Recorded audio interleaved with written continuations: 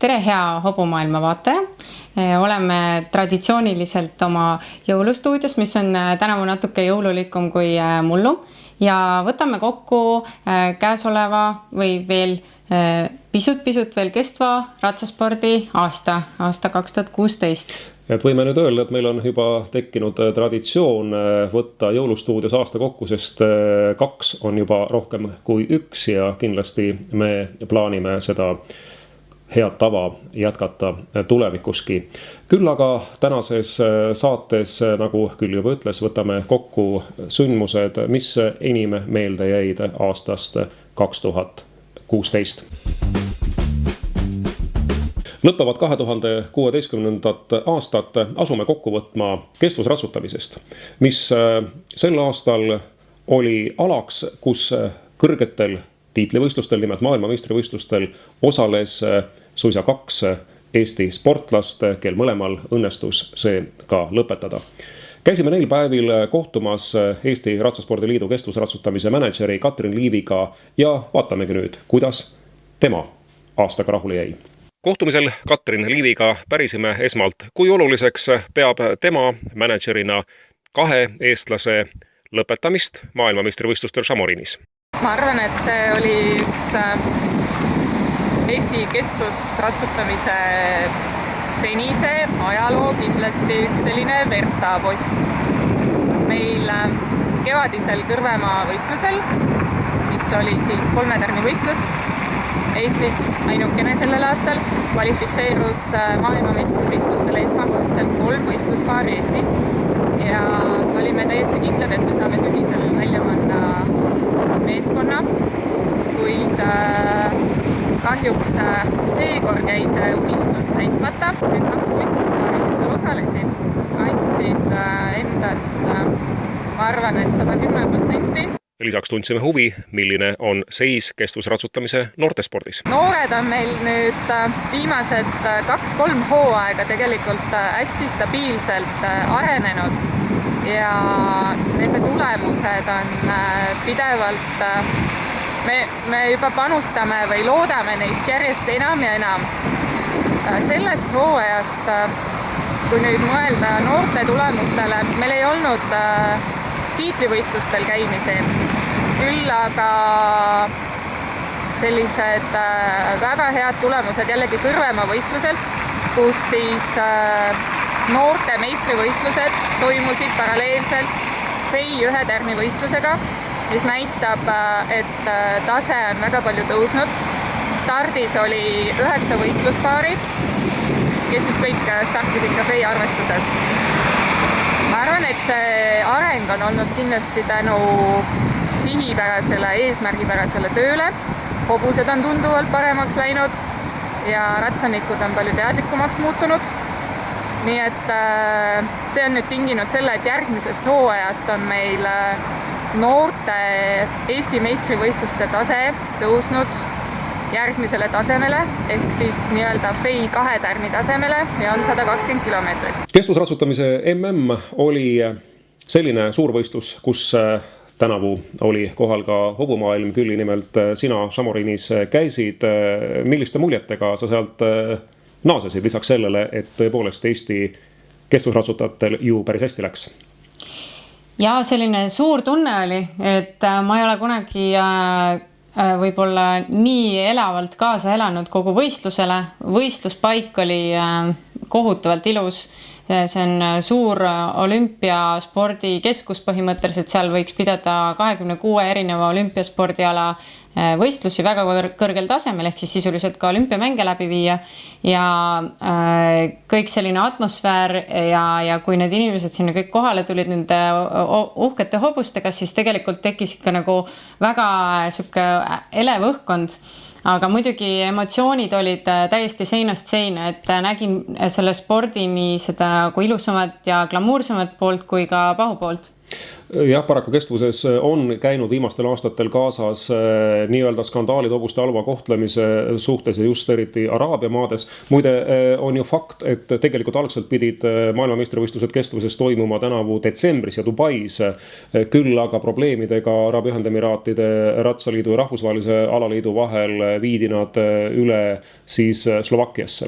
Ja suve alguses otsustati siis, et MM-i korraldusõigus Dubailt ära võtta ja see oli kahtlemata sportlastele ka veidikene segadust tekitav, sellepärast, et tegelikult oli ju vorm ajastatud detsembriks. Maailmas käidud, aga käisid sa ju ka meie suurvõistlusel, nimelt Kõrvemaa korraldas esimest korda rahvusvahelist kestvusratsutamise võistlust. Kuidas seal? Väga-väga meeldis. Ma peaks ütlema, et ma siiamaani mõtlen Kõrvemaa võistlusest sellise elevusega, et ma ju ära oodata, millal see uuesti tuleb. Väga tasemel korraldusmeeskond, väga heal tasemel rajad ja looduse kvaliteet nii pildistamise koha pealt kui ka sõidu koha pealt, sest kui ma radadel päris palju ise nagu viibisin kaameraga, siis nii palju, kui ma kuskile ligi sain, siis ma nägin ikka väga erinevat maastikku, et oli päris tehniline kogu võistlus ja muidugi see, et neil oli kasutusel GPS-süsteemid, millega sai jälgida siis, kus võistlejad keegi asub, et tahvelarvuti on näiteks autos ja sellega jälgid, kus iga võistleja parasjagu nimeliselt asub raja peal. See oli muidugi suurepärane lisandväärtus sellele võistlusele. Näha seda, et suudetakse maailma tasemel korralik kestvusratsutamise võistlusi meil ka korraldada ja algaval 17. aastal on ju kestvusratsutamise võistlusi mitte ainult Kõrvemaal, vaid ka Padisel ja kui ma ei eksi, kas on suisa 3-4 rahvusvahelist 3-4 kestvusratsutamise võistlust meil järgmine aasta ju tulemas. Nii et see ala on hetkel võib-olla isegi Eesti ratsaspordi lipulaev või kuidas sulle tundub? No ma ütleks kindlasti, et alahinnata kestvusratsutajaid kuidagi ei saa, et see kõik, mis ma olen nüüd selle aasta jooksul näinud ja ka varasemate aastate jooksul, siis eks ta kindlasti erineb teistest klassikalistest ratsaspordialadest, aga ta on kahtlemata teistmoodi sport ja väga tõsine sport. Nagu sa nimetasid kestvusratsutamist veidi eripäraseks ratsaspordialaks, siis võib-olla veel eripärasema ratsaspordialaga me ka oma saadet jätkame. Nimelt lähme nüüd edasi rakendispordi juurde. Rakendispordis oli samuti Eesti esindatud maailmameistrivõistlustel. Meie Ungaris resideeruv ja treeniv Pillerin Roosileht osales Austrias Piiberis toimunud suurvõistlusel. Ja Pillerin on endiselt Ungaris. Võtsime telefonitsi temaga ühendust ja kuulamegi nüüd, kuidas ta mitmed kuud hiljem oma maailmameistrivõistluste soorituse kokku võtab. Pillerin, maailmameistrivõistlustest on nüüd üsna mitu kuud möödas. Kuidas nüüd tagantjärgi vaadates see sooritus sulle tundub? Tere, mina arvan, et see oli väga-väga hea tulemus. Ma olen ise selle tulemusega väga-väga rahul. Samas me paljud ikkagi teavad, et tulemus oleks võinud parem olla. Just koolisõidu koha pealt, et ma sain küll 61 punkti, aga väga palju probleeme on tekitanud üldse Piiberi hindamine, sest et enamus on ikkagi nõus selle väitega, et esimesed võistlejad said suurt tulekohut, sest et neid teste hinnati palju karmimalt kui tavalisi sooritusi, mis on olnud terve aasta vältel. Seda oli tõesti näha, sest keskmiselt 10 karistuspunkti rohkem oli praktiliselt keskmine tulemus ja muidugi see, et kui Ungari kohtunik pani sind 3. ja Ameerika kohtunik 35. lisaks punkti vahe on 48 ja sina ei olnud ainuke selline, tõepoolest ei saa seda õigeks pidada, mis seal toimus. Aga kuidas nüüd on plaanid järgmiseks hooajaks? Plaanid jätkata Ungaris? Jah, ma olen ikka Ungaris, et tõenäoliselt järgmine aasta üksik hobusrakendit ei sõida, sest et mu mõlemad hobused läksid Hollandisse kuulsate Chardonnay'te perekonda ja nad praegu plaanivad nendega 4 sõitma hakata. Et me oleme tihedas kontaktis nendega ja praegu tundub, et see asi toimib. Aga ise tõenäoliselt hakkan ponipaari sõitma, et mul on see endine üksikponi ikkagi olemas ja me otsime talle praegu paarilist. Tundub, et praegu on olemas, et ma järgmisest aastast üritan hakata ponipaari sõitma. See ei ole küll kindel, et ma MM-ile lähen, sest et võib-olla natuke vara, aga ma kindlasti alustan nendega sõitmist ja võistlemist.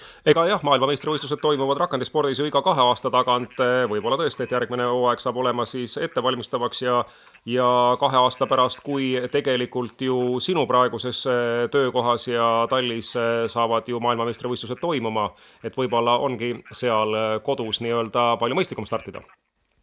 Ja, kindlasti ma arvan, et ma seal võtan kindlasti osa. Ma väga loodan, et sinna on ka teisi eestlastest ponisõite olemas. Ega super oleks see, kui ma saaks tiimi kokku, aga nagu me teame, ponides peab olema ka 4. väljas ja see on ilmselt praeguses oludes küll suhteliselt keeruline. Aga aitäh sulle meile väikest lühiintervjuud andmast, häid jõule sulle ja kõikidele ka su Ungari sõpradele. Teile ka häid jõule, kõike head. Ja tõepoolest tore kuulda, et meil on selline tubli rakendisportlane nagu Pillerin, kellest me tegelikult oleme kuulnud ainult hobumaailma vahendusel, sest et Eestis me teda võistlemas ei olegi veel näinud.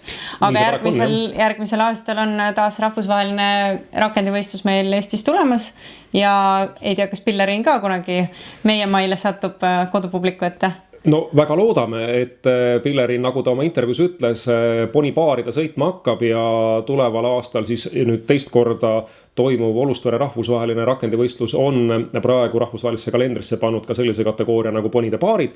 Nii et Pillerin igal juhul on oodatud, kas ta leiab aega oma tihedas töögraafikus ja hooajas, eks me näe. Kuidas üldse möödunud hooaja kokku võtad, mis Eestis toimus uut, kuidas rakendispordil Eestis läks?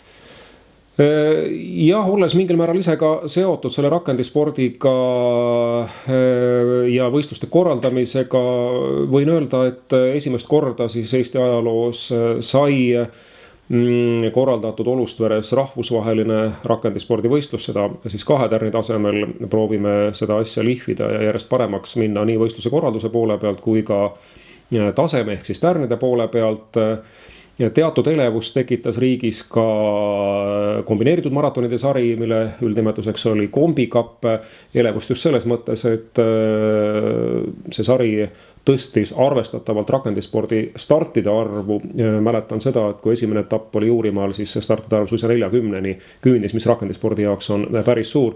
Loomulikult jätkus Eesti Ratsaspordiliidu karikasari, Riina Rõa kaitses meistritiitlit, hoburakendit edetabeli võitis Ülar Raudsepp, võistlusi oli küllaltki.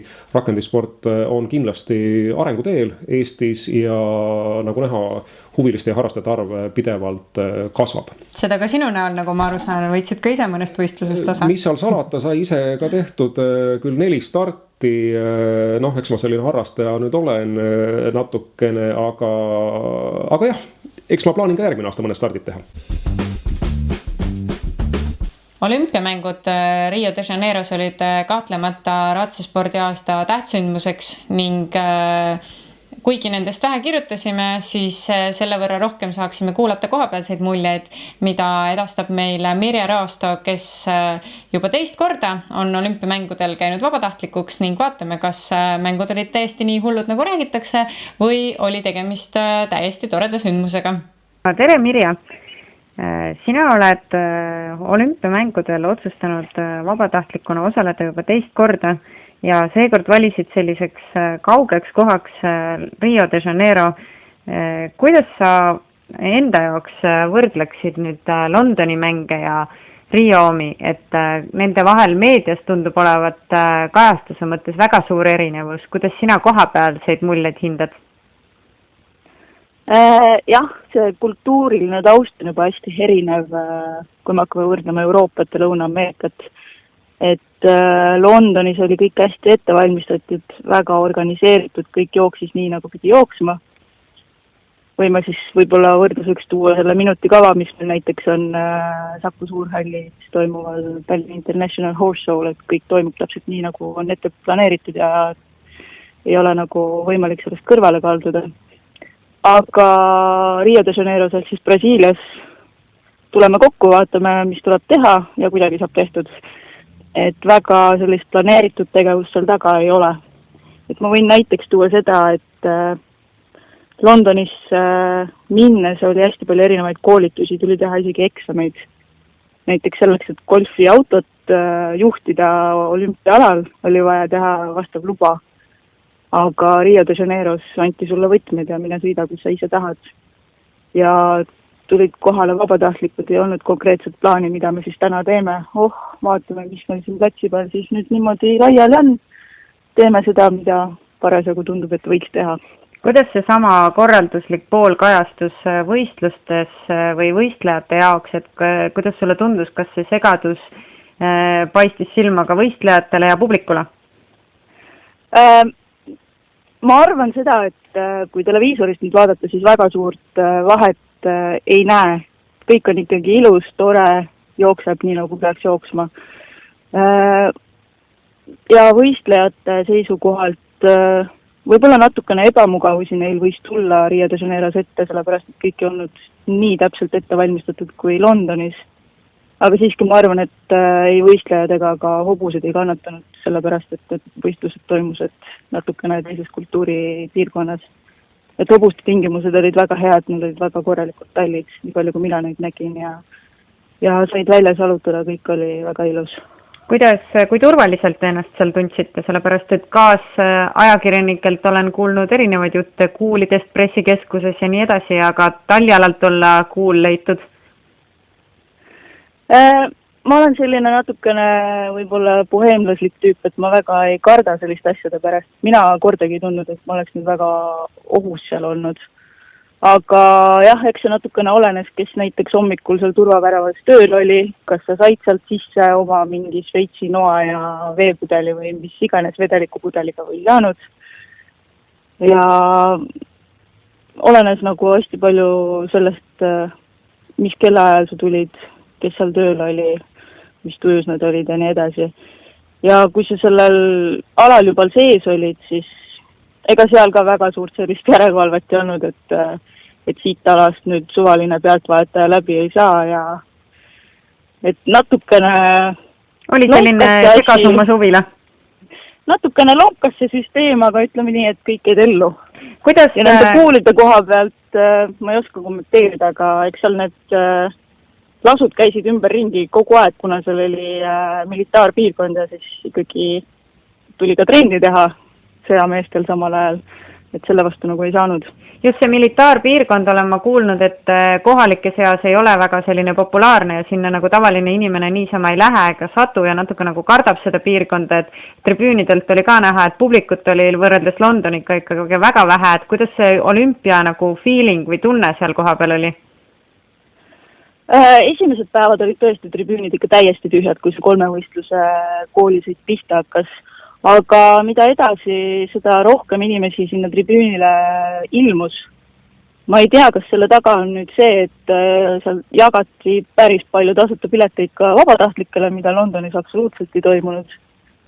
Ja tänu sellele said tribüünid täidetud või siis oli ikkagi suurem huvi just nende teiste alade vastu, nagu takistussõit ja koolisõit. Aga olümpia meeleolu, kuigi ta oli eraldatud, siis ikkagi nende suurte finaalsõitude ajal oli tunda, et ikkagi on suured ja tähtsad sõidud ja inimesed elasid kaasa. Et oli täitsa seda meeleolu seal tunda küll. Jõudu ja jaksu sulle, loodan, et tood muljeid meile ka järgmistelt olümpiamängudelt Tokyost. Loodan ise täpselt sama. No tore, kõike head sulle! Aitäh, head aega! Head aega! Kui saate esimeses blokis käsitlesime mitte olümpialasi, siis nüüd ongi paras jõuda just nimelt olümpialade juurde. Nimelt aasta 2016 jäi ju maailma ajalukku ka sellega, et Brasiilias Rio de Janeiros toimusid olümpiamängud. Koolisõit, takistussõit ja 3 võistlus. Heidamegi pilgu nii olümpiamängudel toimunule, maailmas toimunule kui ka meie riigis toimunule olümpialadel. Ja alustame koolisõiduga, nii nagu ka olümpiamängud algasid koolisõiduga. Tere tulemast meie jõulustuudiosse Eesti koolisõidu ikka veel manager Eva-Maria Vint-Varminton. Aitäh kutsumast. Et kuna jutt juba olümpiamängudele läks, siis võib-olla võtame paari sõnaga kokku, kas koolisõidus on maailma ajaloos üks etapp nüüd läbi saanud? Jah, see nii-öelda Vallegro sajand või kuidas seda öelda. Aga jah, Charlotte Jourdain ja Valegro said oma suurele võitude nimekirjale lisaks ka olümpiavõitja titli. Taaskordse. Jah, seekord. Ja mis jääb neil küll viimaseks, sellepärast et Valegro lasti hästi välja teenitud puhkusele selle aasta detsembris. Ja väga ilusal tseremoonial siis, mida te ka praegu taustaks näete, saatsime kõik ühiselt väga suure kurbusega hinges meie suure tšempioni pensionile. Mis sa ennustad, mis maailma koolisõidust nüüd edasi hakkab juhtuma?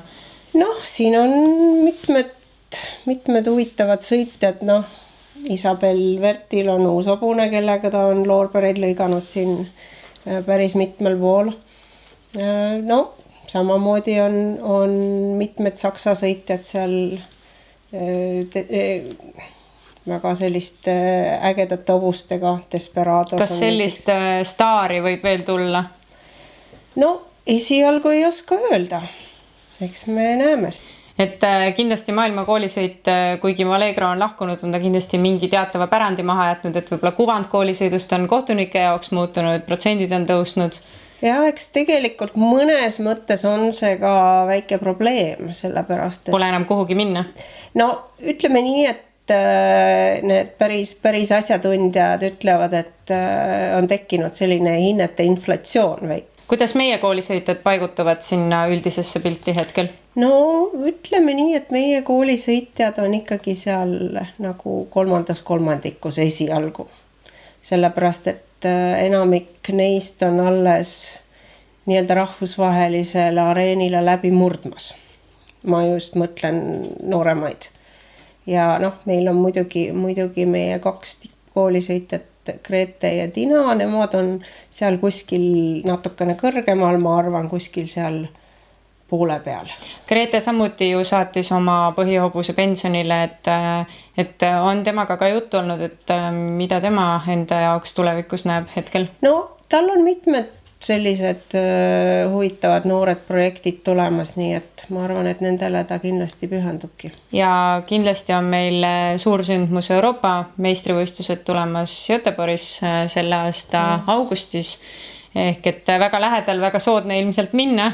Et kuidas on vastukaja, kas Tina ilmselt on kvalifitseerunud? Ma arvan, et nad mõlemad, neil mõlemal on see kindlasti kavas. Koolisõiduteemade juurest suundume siis järgmise olümpiala juurde, milleks on takistussõit, kahtlemata kõige populaarsem mujal maailmas ja ka meie maailmas. Nii ta on. Takistussõidus, mis olümpiamängudelt jääb meelde muidugi prantslased, kel õnnestus võtta võistkondlik kuld ja loomulikult vanameister Nick Skelton. Mees, kes sõitis hobusega Big Star, väga stiilne nimi, Big Star ehk siis suur täht on tegelikult ju Nick Skelton ise ja loomulikult super hobune. See oli jälle selline paar, et ega neid ei ennustatud võitjaks, sest Nick Skelton, tal on ikkagi juba piisavalt ka vanust, ta tegelikult võistleb suhteliselt vähe. Kas mitte Big Star ei olegi tema ainus hobune? Täna on see, ta on ise väitnud et Big Star on ainukene hobune, kellega ta hetkel tõsisemalt ratsutab ja ta on öelnud ka seda, et ta teeb kindlasti mõned võistlused Big Stariga veel ja põhimõtteliselt tegevspordist, aktiivsest spordist plaanib ta loobuda. Suurvõistlustest veel rääkides muidugi maailmakarika finaal, kus jällegi sina küll koos meie püstolreporter Jessica Raidega kohal olid, võitis teist korda järjest Steve Gerda. Jah, ütleme nii, et kui ajakirjanikele koostatakse neid ennustusmänge tehakse, siis ega Steve Gerda on ikkagi enamuste selline kindel favoriit. Et tegelikult võib-olla teda küll nagu 100% ei ennustanud kõik võitjaks, aga samas tema peale võib alati kindel olla.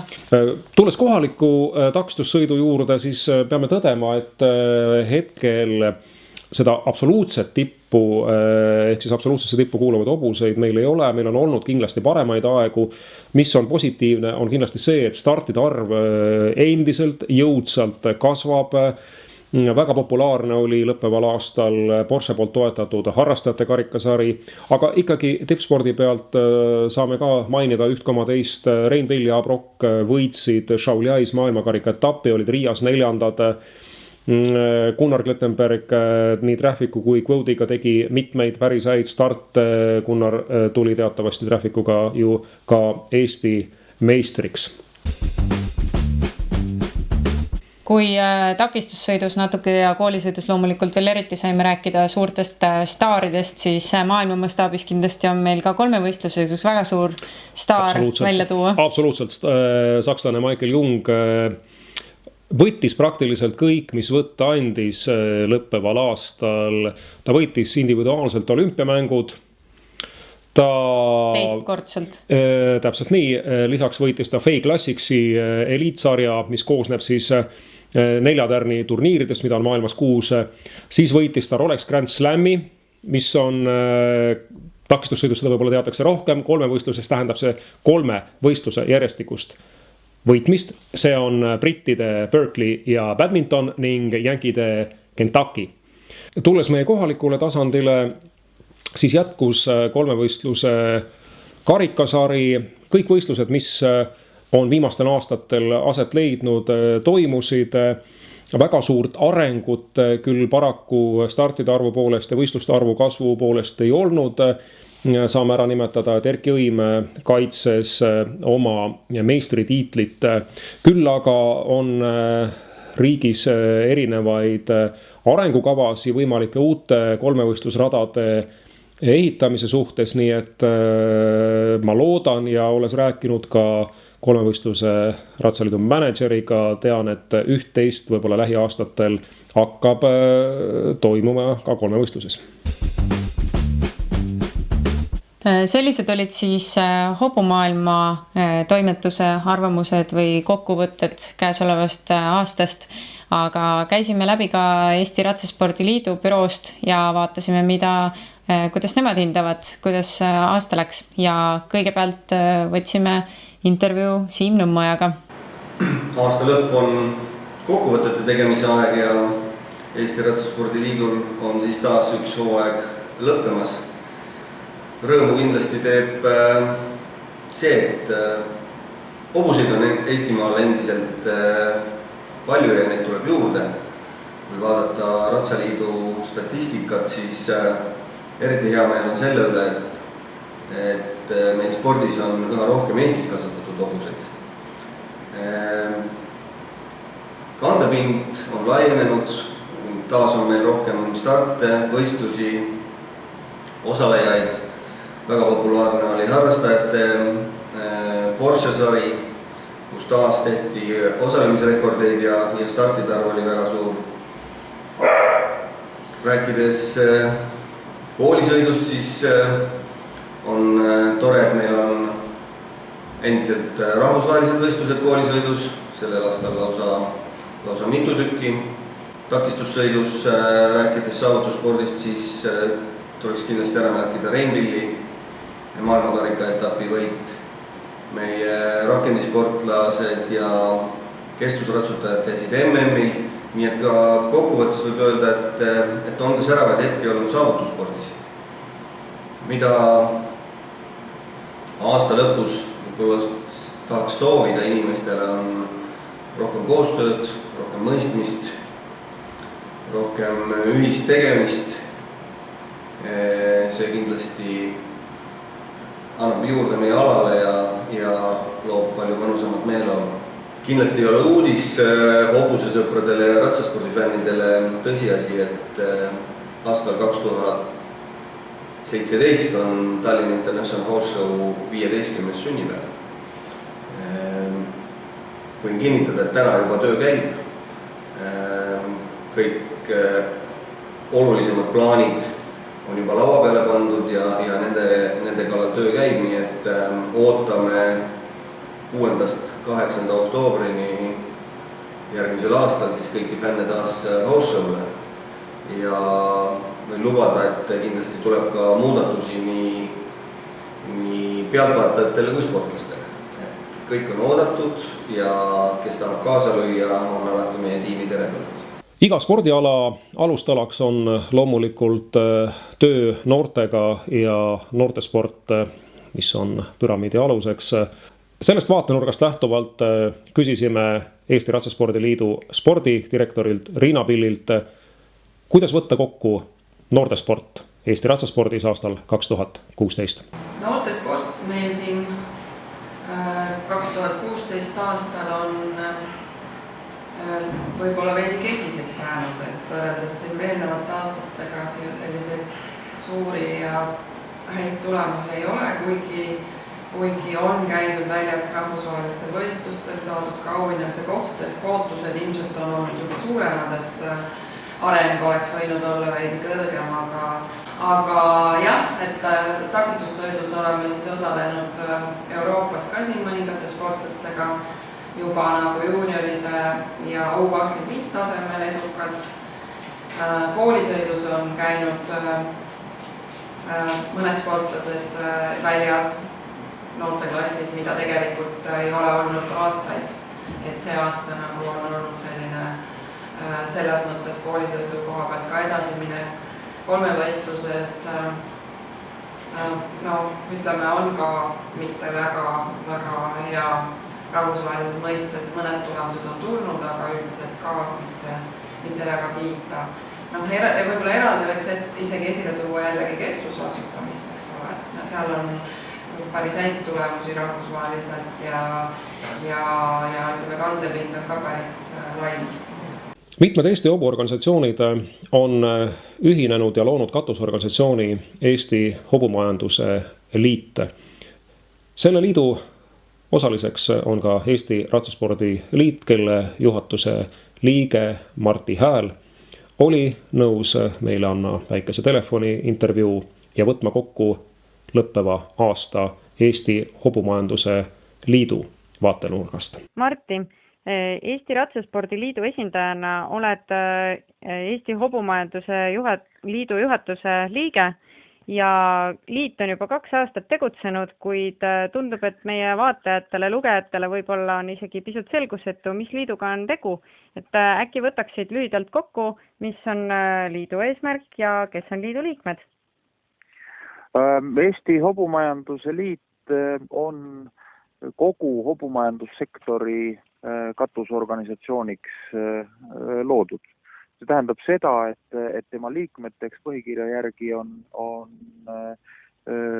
alustades hobuse kasvatajatest, siis hobuse kasvatusorganisatsioonid, aretusühingud, siis Ratsaspordiliit, Traaviliit, ohustatud tõugudega tegelevad aretusühingud ja samuti on põhikirja järgi sinna oodatud väga ka veterinaaride esindusorganisatsioon, raudtusseppade esindusorganisatsioon, ratsavõistluste korraldajad, ratsatreenerid, aga mis on oluline on see, et Eesti Hobumajanduse Liidu liikmeteks on ikkagi nende hobumajandusega seotud erinevate huvigruppide esindusorganisatsioonid, aga mitte füüsilised isikud.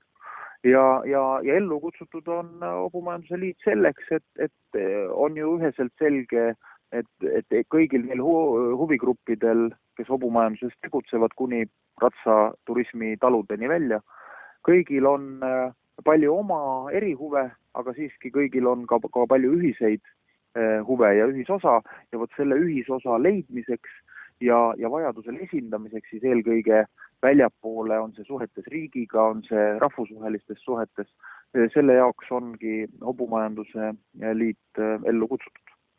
Mainisid ennist hobusekasvatust ja kõige enam ilmselt tekitab meie vaatajates huvi just meile võib-olla kõige tuntum hobusekasvandus Eestis, milleks on Tori hobusekasvandus. Milline on Hobumajanduse Liidu seisukoht, mis selle kasvandusega hetkel toimub ja mis tulevik teda ees ootab? Hobumajanduse Liidu seisukoht, mis siin selle aasta suvel Hobumajanduse Liit kujundas, on see, et Tori hobusekasvandusest oleks kõige mõistlikum välja arendada selline hobuse oksjonite, võistluste ja muu selliste rahvusvaheliste ürituste korraldamise keskus. Võib-olla siin remargi korras, et esimene ja kõige olulisem on see, et kindlasti ei ole kellelgi olnud isegi mõttes, et Eestis peaks taastama riikliku hobuse kasvanduse ehk siis aretusorganisatsioonina, et sellist teemat ei ole isegi laual olnud, et jutuks on ikkagi see, et milliseid teenuseid, millist infrastruktuuri ja siis sellega seonduvaid teenuseid peaks Torisse looma ja pakkuma, mida nii-öelda turg ja erakapital ise ei ole suutnud saavutada ja siin võib-olla kõige olulisem osa minule endale on alati tundunud, võikski olla see, mis on seotud nii-öelda võimaliku hobuste ekspordipotentsiaali parandamisega ja seda tüüpi nii-öelda esindusliku keskuse loomisega. Aga mis seisus see praegu on? See on sellises seisus, et Tori komisjon on oma töö teinud Maaeluministeeriumi tellimusel oma ettepanekud ja visiooni välja pakkunud. Organisatsioonid ehk siis Hobumajanduse Liidu liikmed on selle nii-öelda korduvalt kinnitanud ministeeriumile, et kogu sektor seisab nii-öelda nende ettepanekute taga ja nüüd ta ootab põhimõtteliselt seda, et Vabariigi Valitsus selle mõtte lõplikult heaks kiidaks, sest see tähendab siis ühe sihtasutuse asutamist ja selle kaudu siis vajalike investeeringute elluviimist, et siis Toris võiks tulevikus selline keskus olla, mille üle kõik hobuinimesed saaksid olla uhked ja mis teatud mõttes kuulukski kõigile hobumajanduse osapooltele ühiselt.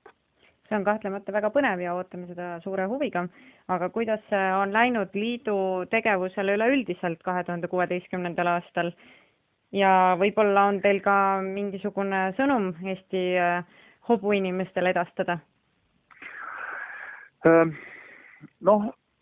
Ma ütleksin niimoodi, et arvestades neid tingimusi, millest me 2 aastat tagasi alustasime ja on Hobumajanduse Liit tegelikult päris palju erinevaid teemasid tõstatanud, ka lahendanud, erinevaid alusuuringuid läbi viinud, mille pealt on võimalik jälle edasi liikuda, nagu hobumajanduse sektori kaardistamine koostöös Tartu Ülikooliga ja nii edasi, et neid teemasid iseenesest on mitmeid, aga nagu ka Hobumajanduse Liidu liikmeid on väga erinevaid, siis ei ole ilmselt kellelegi üllatus, et ka selle ühisosa sõnastamine ja selle esindamine ei ole läinud ka päris libedalt ja seda ühistegevuse nii-öelda indu ja tahtmist on ikkagi vaja sektori inimestel veel palju õppida ja siit võib-olla ka minu sõnum ja nii-öelda aasta lõpu või uusaasta soov ongi see, et me kõik tegelikult, kes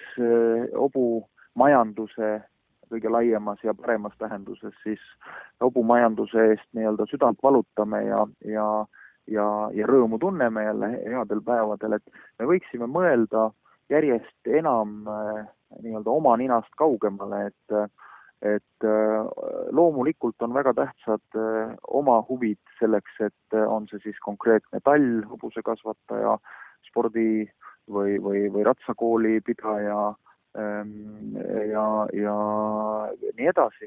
Need huvid on väga olulised, aga tegelikkuses siit edasi minekuks on veel olulisem aru saada, et ühistegevuses ja ühise asja ajamises peitub tegelikult see jõud, mida siiani ei ole hobuinimesed väga nii-öelda enda huvides osanud ära kasutada ja selle parem ärakasutamine võiks olla see, mis viib hobumajanduse nii-öelda edasisele või jätkuvale tõusule ja arengule.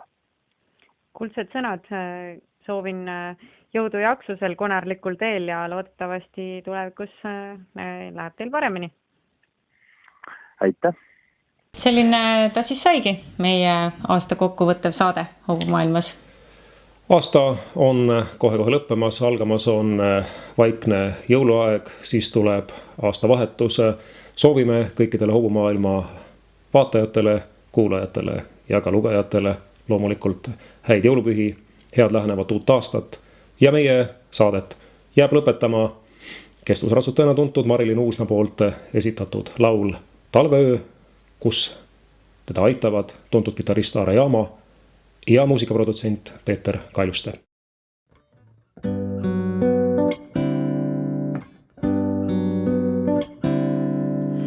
Keerlevaid, langevaid helbeid on täis, kõik laotus ja uinuvad puud.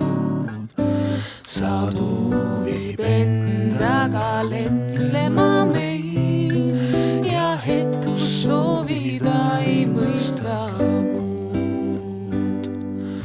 Talve valguse sädelev väin, näolt sulamas helbeid ja suur.